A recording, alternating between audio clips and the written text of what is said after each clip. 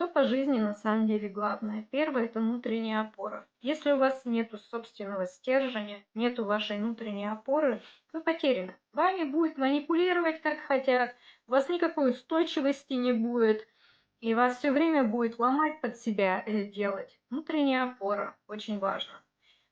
Также личные границы. Говорить, научиться нет. До сюда да, до сюда нет. Понять, что человек меркантильный потребитель и токсичный не должен быть в твоем окружении. Иначе тебя ждет болезненное состояние, ну и крэш по жизни. Не очень приятно. Очень важно знать, что ты сам по жизни хочешь. Нету цели, нету жизни. У кого нету цели, будет болтаться то тут, то здесь, то там. По жизни нужна цель. Куда можно стремиться, на что также стремиться.